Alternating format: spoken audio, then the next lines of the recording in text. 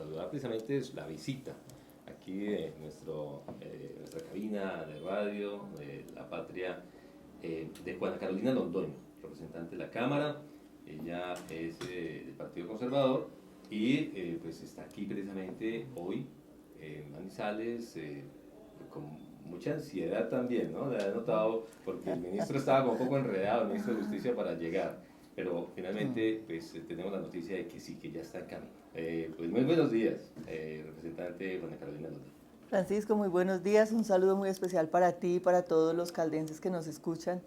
Pues sí, estábamos un poco nerviosos con la llegada del señor ministro de Justicia para el foro que realizaremos en pocas horas sobre hacinamiento carcelario y seguridad ciudadana, pues porque es un ejercicio que venimos haciendo con mucho juicio con nuestro equipo de trabajo hace días. Tenemos un grupo de panelistas bien importantes y queremos escuchar de primera mano del Gobierno Nacional qué va a hacer en materia de hacinamiento carcelario y qué va a hacer con algo que se pregunta a la ciudadanía día a día es: a mí me roban en la calle y a los 2 o 3 días las personas que te robaron están nuevamente delinquiendo. Entonces, ¿qué va a hacer el actual gobierno en materia de hacinamiento carcelario? Si va a poner a trabajar a las personas que están adentro para hacer un ejercicio de resocialización o no, si se van a construir o no se van a construir nuevas cárceles, y hablar de seguridad ciudadana, que ha crecido en más del 23% los hurtos en nuestro país. Así es, bueno, hay que recordar que Juana Carolina Londoño también es la presidenta precisamente de la Comisión Segunda de la Cámara de Representantes, que se ocupa precisamente de temas como este, ¿no? Y otros más, desde luego que estaremos de pronto tratando a lo largo de esta entrevista, pero temas como este, en donde pues, es evidente lo que usted dice, Juana Carolina, sobre la sensación de inseguridad que se vive pues, en la calle por eso, porque pues, hay situaciones que afectan directamente al ciudadano y da la impresión de que pues, la policía es insuficiente. Por ejemplo, también se hablaba en estos días sobre un caso que ocurrió en el corregimiento de Arboleda, en Pensilvania, de un robo, un hurto a un banco, y la respuesta era que pues, no había policías precisamente como para reaccionar frente a una situación como esa, y es un problema pues, nacional, pero que nos afecta claramente a todos. Y es importante, como usted dice, que el ministro venga y cuente a ver qué es lo que va a hacer. Un poco cuéntenos sobre el desarrollo del foro, cómo lo tiene previsto, y cuáles son, digamos, como los panelistas que también van a participar al lado de ustedes precisamente allí en esta discusión.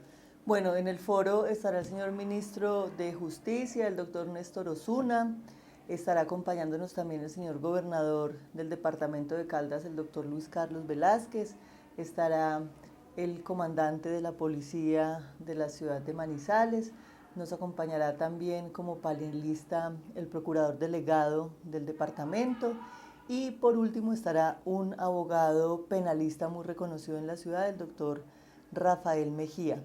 Nosotros estaremos conduciendo el foro, serán cerca de 3, 4 preguntas, máximo 5 preguntas, donde ellos tendrán la posibilidad desde las diferentes posiciones que tienen de fijar su punto de vista y llegar con unas conclusiones claras, pues porque la ley está, tenemos una ley penal que regula todo el tema de cómo conducir las personas que cuando hurtan, pero yo creo que este tiene que ser un insumo muy importante es para nosotros los congresistas, porque así vamos a empezar el foro. Aquí los juristas le echan la culpa al Congreso y el Congreso a que no se cumple la ley, y yo creo que llegó el momento de dejarnos de tirar la pelota y realmente pensar en los colombianos que sienten esa sensación de inseguridad.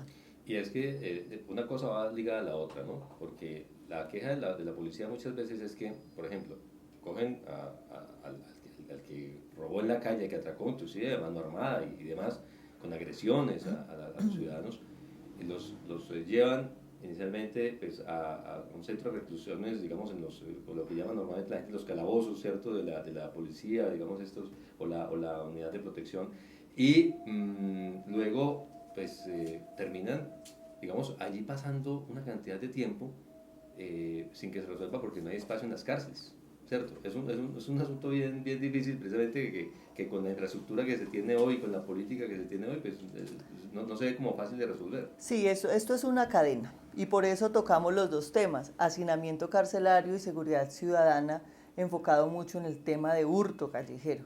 Entonces, ¿qué es lo que pasa? Se modificó la ley, hay una ley penal donde no todas las personas van a la cárcel de acuerdo al tipo de delito porque hay mucho hacinamiento carcelario. Hoy nuestro país tiene un espacio aproximadamente para tener 86.000 personas y estamos alrededor de 98.000 personas. En el caso puntual del departamento de Caldas, en las 7 municipios donde tenemos más de 700 personas adicionales en las diferentes cárceles. Entonces también ahí usted empieza a preguntarse, bueno, pero ¿cuáles son las condiciones al interior de la cárcel? ¿Se vulneran o no se vulneran los derechos humanos? ¿Cuántos indicados? ¿Cuántos casos de revisión hay? ¿Y qué se va a hacer realmente? ¿O se van a construir nuevas cárceles? ¿O cuál es la política que va a trabajar el gobierno? Y eso es lo que nosotros realmente, Francisco, queremos escuchar hoy. ¿Qué va a pasar? Este gobierno lleva tan solo 100 días, pero ¿qué vamos a hacer para que los colombianos se sientan un poco más seguros y sientan que no es justo que la policía haga su esfuerzo, como usted lo está diciendo, y al día siguiente o a los 2 días están las personas nuevamente delinquiendo porque la norma penal así lo permite? Bueno, y ahí pues obviamente pues eso va a una discusión que también está conectada, ¿no? Y que se han intentado varias veces en Colombia hacer ese tipo de reformas y no se ha podido. Es la reforma a la justicia como tal, ¿no? La reforma a la justicia, de todo el aparato de justicia. Varios intentos, uno que memorable que se El quedó hace 10 años. allá estaba yo, Dios, con Simón Gaviria. Dios mío, qué conciliación esa tan complicada y realmente un episodio de ingrata recordación. Se quemó el pan a la puerta del horno, como se dice, y por una irresponsabilidad realmente, pues allí usted ya ha mencionado el personaje. El asunto es que se han intentado muchas veces hacer ese tipo de reformas que están conectadas también con esto, pero no se ha podido. De eso también de pronto, en alguna medida, se va a buscar que el ministro dé alguna idea de si tienen eso en mente o no en el gobierno nacional. Sí, también uno de los puntos que se va a tocar es eso, como usted lo mencionaba, en el año 2011, creo que fue el momento más cercano que tuvimos de hacer una verdadera reforma a la justicia. Yo creo que era lo que necesitaba nuestro país. Infortunadamente, recordémoslo así muy brevemente, ya se habían aprobado todos los artículos, el título, pero al momento de hacer la conciliación habían 2 textos, el texto de Senado y el texto de Cámara, para que la gente más o menos entienda, cuando hay una conciliación, usted acoge uno de los 2 textos y no puede hacer ninguna modificación al articulado, y trataron de manera muy ventajosa hacerle un ajuste y ahí se caería por inconstitucional esta ley. Considero importante, ese sería un gran saldo que tiene la justicia en nuestro país, y qué bueno que el gobierno nacional lo pusiera dentro de su agenda, porque necesitamos realmente los colombianos sentirnos seguros y sentir que la justicia no cojea. Necesitamos una justicia fuerte, una justicia clara, y también hacernos, Francisco, algunas preguntas que lo vamos a plantear allá. Si usted mira, digamos, el presupuesto en las cárceles donde hay tanto hacinamiento, el 99% de los recursos que hay se van en gasto de funcionamiento. No hay recursos para resocialización, y realmente lo que nosotros pretendemos es que hayan segundas oportunidades. ¿Qué pasan si bien es cierto las personas delinquieron, hicieron actos contrarios a la ética y a la moral? ¿Qué pasa con esas personas cuando salen de las cárceles? Usted tiene 2 opciones: o sale a volver a delinquir o realmente sale a resocializarse. Entonces eso también tendremos que analizarlo hoy, los presupuestos como se tienen y cuál es esa verdadera política de resocialización en nuestro país, y de oportunidades, porque aquí necesitamos generar empleo para los jóvenes, necesitamos generar oportunidades en los hogares. La gente necesita tener ingresos en sus bolsillos para comprar su mercado, para pagar sus facturas, para pagar sus universidades, y realmente eso es a lo que nosotros tenemos que apostarle, a que hayan oportunidades en nuestro país y que a Colombia le vaya bien. Juanita. Luis Francisco, sí, a la representante, muy buenos días. Representante, una pregunta, pues usted estuvo aquí el miércoles en los diálogos vinculantes del departamento, la vimos acompañada en fotos de los otros representantes a la Cámara, Juan Sebastián Gómez, Santiago Osorio, Wilder Escobar, en su apoyo a Aerocafé. Pero primero nos puede dar un balance de lo que fueron estos diálogos vinculantes acá en el departamento. Claro que sí, Juanita, muy buenos días. Considero que estos diálogos son supremamente importantes porque es la verdadera forma de engrandecer la democracia. A veces los políticos están muy descontextualizados de cuáles son las verdaderas necesidades que tiene la gente en las comunidades, en las veredas, en los barrios, en los pueblos, en las ciudades. Y yo creo que este ejercicio de escuchar a la gente nos permite realmente entender qué es lo que está sintiendo las personas allá al interior. Ese es como el primer punto. Lo segundo es cómo trabajamos articuladamente. Gobernación, alcaldía, congresistas, diputados, concejales, alcaldes y gobierno nacional en beneficio de los proyectos estratégicos de nuestra región, dejando a un lado los colores y los partidos políticos, porque siempre he considerado que las elecciones pasan y tenemos que juntarnos, es avanzar y pensar en Caldas, que a Caldas le vaya bien, ¿cierto? Ese es como mi mensaje. Considero importante y quedamos tranquilos, ojalá pueda darse realidad el proyecto de Aerocafé. En mi caso puntual, y yo se lo decía a usted, Francisco, la vez pasada, yo no miro con espejo retrovisor. Hoy tenemos un proyecto que está en etapa de ejecución y necesitamos que sea una realidad, no por vanidad, sino porque Caldas no puede quedarse rezagado, Caldas no puede quedarse en el ostracismo, no podemos empezar a aislarnos como otros departamentos en su momento que no lo hicieron y son ciudades pequeñas, no, es el momento de Caldas.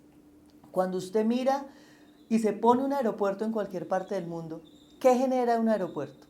Genera competitividad, genera empleo, genera turismo, genera oportunidades, genera crecimiento económico. Y yo creo que eso es lo que nos merecemos los caldenses. Ya la discusión de si es importante hacerlo o no hacerlo, ya está. Estamos en ejecución.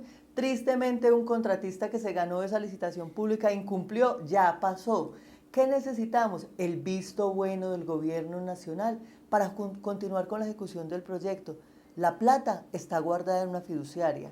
Y recuerden que fiducia es confianza, entonces la plata ahí no se va a perder. Necesitamos avanzar para que Caldas sea un territorio pujante.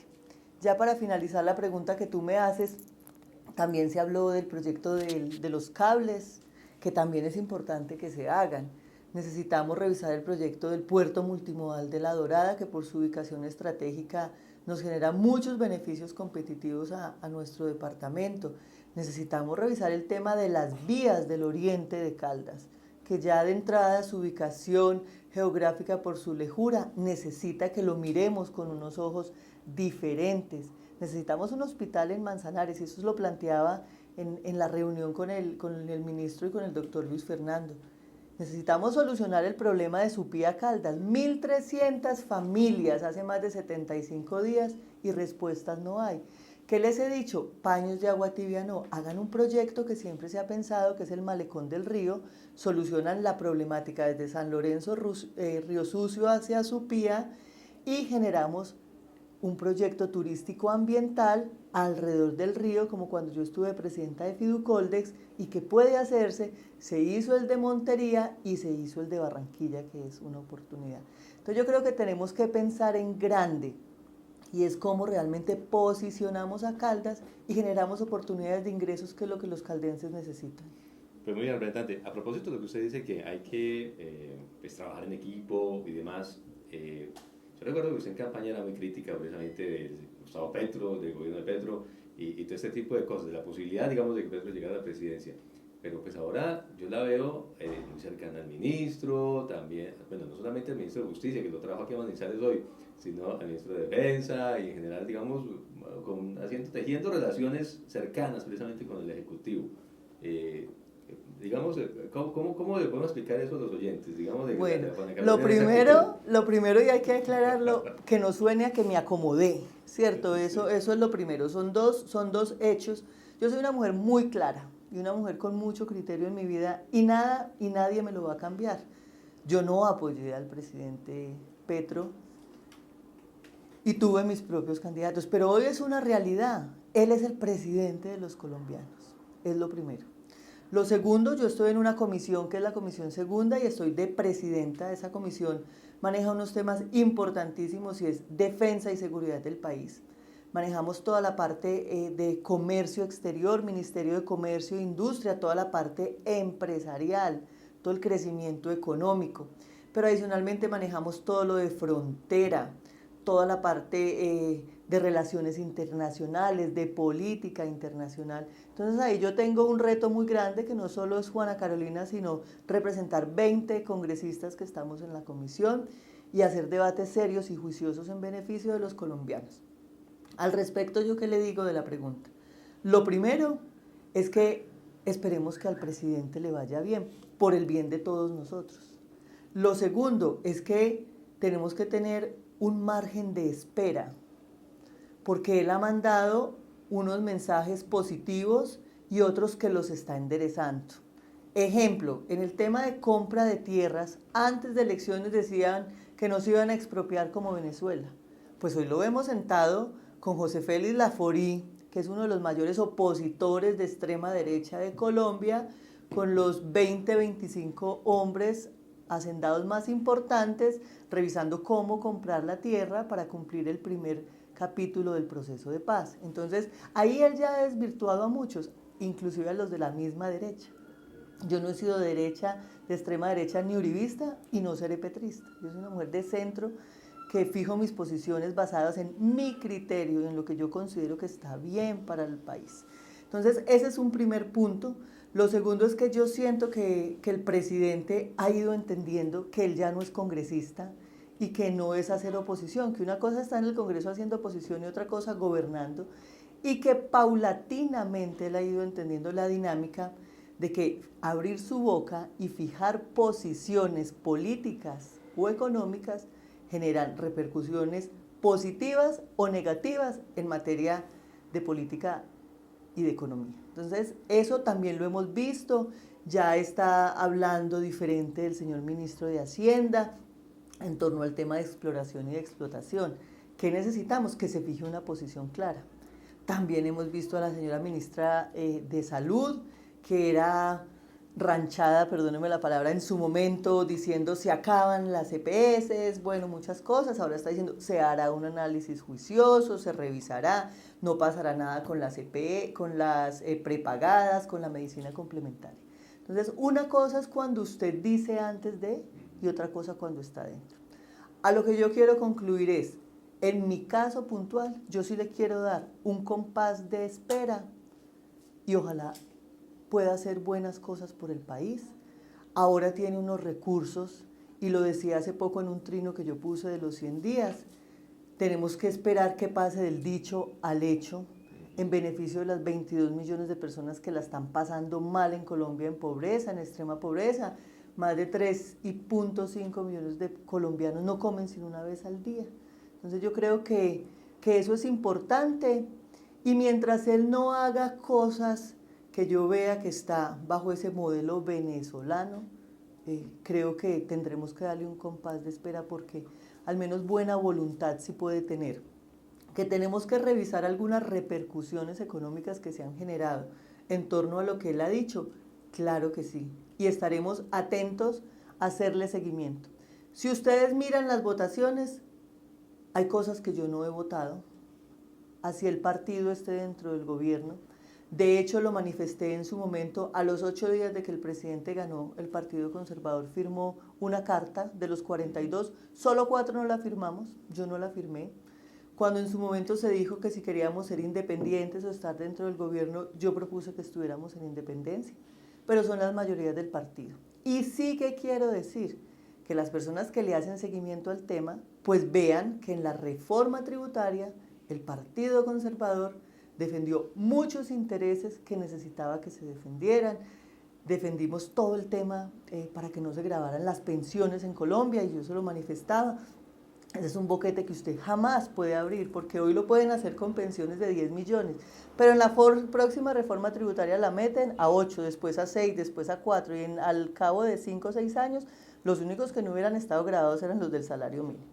Tampoco se grabaron las iglesias, hubo varios artículos que yo no voté y no aprobé, el tema de las MIPYMES y muchos más. Entonces, aquí, Francisco, para acabar de responderle, yo votaré siempre con criterio, siempre con responsabilidad, siempre con muchísima conciencia, defendiendo los intereses de los caldenses y de los colombianos.